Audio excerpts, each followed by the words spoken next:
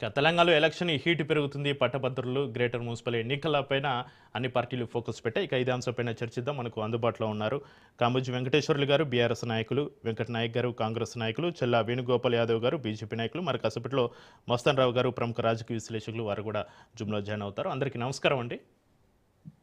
నమస్కారం.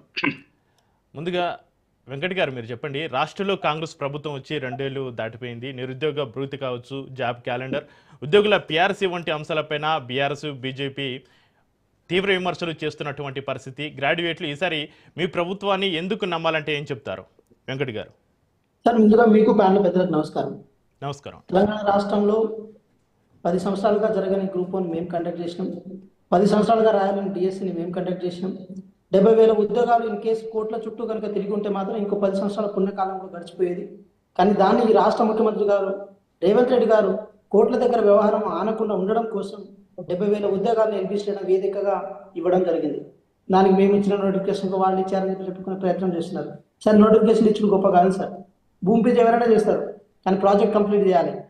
దానికి దమ్ము కావాలి సార్. సో భూమి పూజ చేసి మేము ఇది ఉద్యోగాలు ఇచ్చేసినామంటే కుదరదు. కేవలం భూమి పూజ చేశారు, రాళ్ళు పాతారు. ఆ రాయిని పక్కకు వదిలేశారు, గాలికి వదిలేశారు. అది గాలి కొట్టుకుని పోయింది. తర్వాత మేము మళ్ళీ తెచ్చిపెట్టి మరి ఒక ప్రాజెక్ట్ అంటే ఒక ప్రాజెక్ట్ లాగా నిరుద్యోగ అంశాన్ని తీసుకొచ్చి ఈరోజు చేసుకుంటూ పోతున్నాం సార్. సార్, నిరుద్యోగ వృత్తికి ఒక రెమెడీగా అది మార్చడం కోసం ఈరోజు యువ వికాసం పేరున అప్లికేషన్స్ అన్ని తీసుకోవడం జరిగింది సార్. సో దాని మీద కార్యాచరణ ఈ రాష్ట్ర ప్రభుత్వం రూపొందించుకుంటూ ముందుకు పోతుంది. ఇప్పుడు ఏది ఎస్ఐ కానిస్టేబుల్ ఏదైతే ఉందో ఆ ఎగ్జామ్ సంబంధించిన 7,000 నోటిఫికేషన్ ఇవ్వడం జరిగింది. మిగతా జాబ్ కాల్ అనేది ఒక రెవల్యూషనరీ ప్రాసెస్ సార్. ఒక అన్ఎంప్లాయీ మూవ్మెంట్ నుంచి వచ్చిన నాకు ఆ వెయిట్ అంటే ఆ వెయిట్ ఏంటో నాకు తెలుసు సార్. విషయం ఏంటంటే ఎప్పుడైనా ఒక నోటిఫికేషన్కి ప్యారలల్ నోటిఫికేషన్ ఉంటుంది. ఒక నోటిఫికేషన్ కంప్లీట్ అయిపోతేనే ఇంకో నోటిఫికేషన్ ఇవ్వాల్సిన అవసరం ఉంటుంది. సో గతంలో ఏదైతే నోటిఫికేషన్ ఉన్నాయో అవి ఒకదాని తర్వాత ఒకటి అది కంప్లీట్ కావడం కోసం దాదాపు నెలల తరబడి ఏది కాలం దానికి ఇదైపోయింది. కాబట్టి దాన్ని ఇచ్చేయాలంటే ఎప్పుడైనా సరే జాబ్ కాలం ఇవ్వాలంటే ఆ జాబ్ కాలంలో అన్ని ఉద్యోగాలు ఉండాలి. దాంట్లో కొత్తగా ఈ రాష్ట్ర ప్రభుత్వం జీపీఓ ఉద్యోగాలను సృష్టించింది సార్.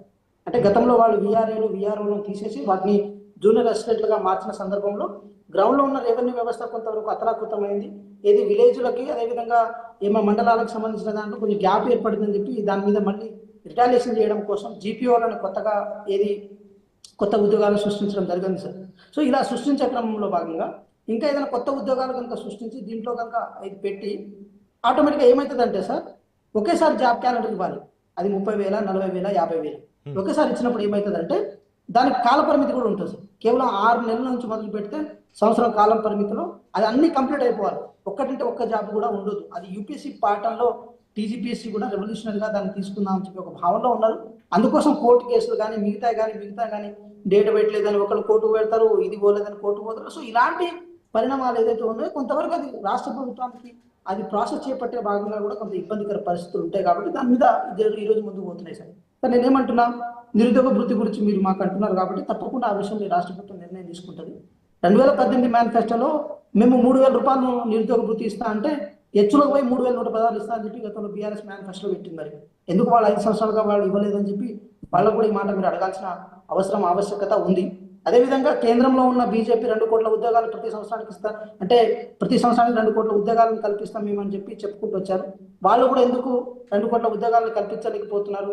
వాళ్ళు ఎందుకు నిరుద్యోగులు మేనేజ్ ప్రయత్నం మీరు అనుకుంటున్నారు? కేవలం ఉద్యోగాలంటే టీజీపీఎస్సీ అదేవిధంగా ఈ రాష్ట్రంలో పోలీస్ కానిస్టేబుల్ ఉద్యోగాలను అనుకుంటే అది తప్పు సార్. ఎందుకంటే ఎస్ఎస్సి సిజిఎల్ కానీ ఎన్టీపీసీ ఎగ్జామ్ కానీ ఆర్ఆర్బీ ఎగ్జామ్ కానీ బ్యాంక్ ఎగ్జామ్స్ కానీ అదేవిధంగా ఏదైతే సెంట్రలైజ్ సంబంధించిన ఇది మహారత్న, మినీరత్న, నవరత్న లాంటి కంపెనీల్లో జాబులు కానీ ఇవాళ ఇలా అన్ని ప్రతి డిపార్ట్మెంట్లో సెంట్రల్ గవర్నమెంట్ జాబ్లే రాష్ట్ర ప్రభుత్వం కంటే ఎక్కువ ఉంటాయి సార్. అవన్నీ ఎన్ని కల్పించారు ఇప్పటి వరకు? ఉన్న ప్రభుత్వ రంగ సంస్థలనే ప్రైవేట్ పరంగా మార్చి ఉన్న వాటిని అవుట్ సోర్సింగ్ లెక్క తీసుకుంటారు. అక్కడ ప్రధానంగా ఎస్సీ ఎస్టీ బీసీలను మీద ఏమంటారు వాళ్ళని ఇబ్బంది పెట్టే ప్రక్రియ కేంద్రంలో బీజేపీ చేస్తుంది. అంటే ఇక్కడ నేను ఏమంటున్నా అంటే సార్, ఉద్యోగాలు కల్పించేలా సంస్థలను సృష్టించడం అది కాంగ్రెస్ పార్టీకి కొత్త కాదు. కాంగ్రెస్ పార్టీకి అదేదో వెంకట్ గారు ఇక్కడ 2 ఎమ్మెల్సీ స్థానాలను దృష్టిలో పెట్టుకుని ఇక్కడ ఉద్యోగ నోటిఫికేషన్లు కావచ్చు 20,000కే ఎమ్మెల్యే ఎంపీగా పోటీ చేసే ఛాన్స్ వంటి అంశాలను తెరపైకి తీసుకొచ్చిందా కాంగ్రెస్? సార్ ఛాన్స్ లేదు సార్. సార్ మేమేమంటున్నాం, ఇప్పుడు ఈ దేశంలో ఉన్న జంజీల వాయిస్ని వినిపించాల్సిన ఆవశ్యకత ఉంది. కాబట్టి గౌరవ ముఖ్యమంత్రి గారు ఆ అంశాన్ని తెరపైకి తీసుకొచ్చారు. సో అది యాక్సెప్ట్ చేయాలా లేదని చెప్పి 100% ఇప్పుడు ఏది యువకులు రాజకీయాల్లో రావాలని చెప్పి ఊకతప్పుడు ఉపన్యాసాలు ఇస్తే కుదరదు సార్. రాజకీయాల్లో రావడం కోసం మనం చట్టం చేసి వాళ్ళకి అవకాశం కల్పిద్దాం. అవకాశం అయితే మనకు ఉంది కదా, మనకు నోటి ద్వారా చెప్పడం కంటే చేతి ద్వారా చెప్పించే ప్రయత్నం చేయొచ్చు కదా. నేనేమంటున్నాను సార్, 25 సంవత్సరాల తర్వాత ఈ దేశంలో జంజి ఎట్లా బై ప్రొఫెషన్ పనిచేద్దాం అనుకుంటారు, కానీ 25 సంవత్సరాల లోపు ఈ దేశంలో జంజి బై ప్యాషన్ పనిచేద్దాం అనుకుంటారు. బై ప్యాషన్ పనిచేస్తే ఆటోమేటిక్గా రాడికల్గా ముందుకెళ్తారు, ప్రోగ్రెసివ్గా ముందుకెళ్తారు. ఒక అంశాన్ని చేసే విషయంలో క్లారిటీ ఉంటుంది. ఎందుకంటే మీరు చూడండి సార్, జంజీలను తృప్తిపరచడం కోసం నరేంద్ర మోడీ గారు ఇన్స్టాకి వచ్చారు సార్. ఏది జంజీలు నరేంద్ర మోడీ గారి దగ్గరికి వెళ్ళలే. అంటే ఎవరైనా సరే ఒక యువ నాయకుడుగా ఉండాలని కోరుకుంటారు, యువ నాయకత్వం వైపు ఉండాలని కోరుకుంటారు, యువకుల్లానే ఉండాలని కోరుకుంటారు. అలాంటిది వాళ్ళకి అవకాశం ఇస్తే ఇంకేం ప్రాబ్లం ఉంటుంది సార్? అట్లా మేము ఆలోచించాం సార్. నేను ఏమంటున్నాము, ఒకటి మీరు గమనించండి, వాళ్ళలాగా ఉప ఎన్నిక వచ్చిన ప్రతిసారో ఏది ఎమ్మెల్సీ ఎలక్షన్స్ వచ్చిన ప్రతిసారో ఉద్యోగ నోటిఫికేషన్ ఇస్తా అని చెప్పి ప్రగల్భాలకి వాళ్ళ మేము కాదు సార్. మేము ఏది పోలీస్ ఉద్యోగాల విషయంలో ఎక్కడ బహిర్గత ప్రచారాలు లేకుండా డైరెక్ట్గా ఈరోజు ఉద్యోగాలు వేయడం జరిగింది సార్. అది కూడా 19,000 ఉద్యోగాలు వేయాల్సి ఉండే. ఇక్కడ ఏది గ్రూప్ 1 సంబంధించిన డిఎస్పీలకు ట్రైనింగ్ నడుస్తుంది, హెడ్ కానిస్టేబుల్, అదేవిధంగా ఏఎస్ఐలు ఎస్ఐలు ప్రమోషన్గా అయ్యే వాళ్ళందరికీ ఏది మిగతా ఏది బెటాలియన్స్ లో ట్రైనింగ్ నడుస్తుందని చెప్పి గ్రౌండ్ సరిపోతలేదని చెప్పి తక్కువ ఉద్యోగాలు వేయడం జరిగింది సార్. నెక్స్ట్ ఇంకో నోటిఫికేషన్ రాబోతుంది సార్. కాబట్టి మేమేమంటున్నాము, ఉద్యోగాలను ఒక రాజకీయ అజెండాగా మార్చుకునే ప్రభుత్వం ఈ ప్రభుత్వం కాదు. ఆ విద్యార్థుల ఉద్యమంతోనే ఈరోజు ఈ ప్రభుత్వం ఏర్పడింది, వాళ్ళకి న్యాయం చేస్తుంది.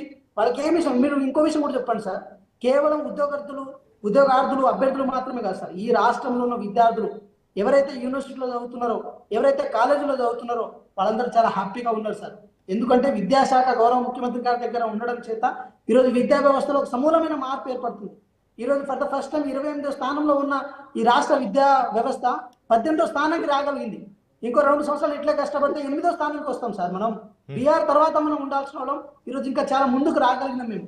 అది గౌరవ ముఖ్యమంత్రి గారు కృతనిశ్చయతో అనుకుంటాం. సో ఇవన్నీ ఈ తెలంగాణ రాష్ట్రంలో ఉన్న మేధావులకు తెలియదని మేము అనము, తప్పకుండా వాళ్ళకి తెలుస్తుంది. వాళ్ళ విచక్షణకు ఈ విషయాలన్నీ మంచి పరిగణన తీసుకుంటారు. ఇప్పుడు వాళ్ళు కూడా ఇప్పుడు ఈసారి వాళ్ళు మరి బీఆర్ఎస్ పార్టీ క్యాండిడేట్లు పెడతారో లేదో కూడా తెలియాలి. ఎందుకంటే గతంలో అక్కడ పెట్టలేదు, కరీంనగర్ ఆ గ్రాడ్యుయేట్స్ సంబంధించిన దాంట్లో పెట్టలేదు. సో ఈసారి పెడతారో లేదో ఒకసారి చూడాలి సార్.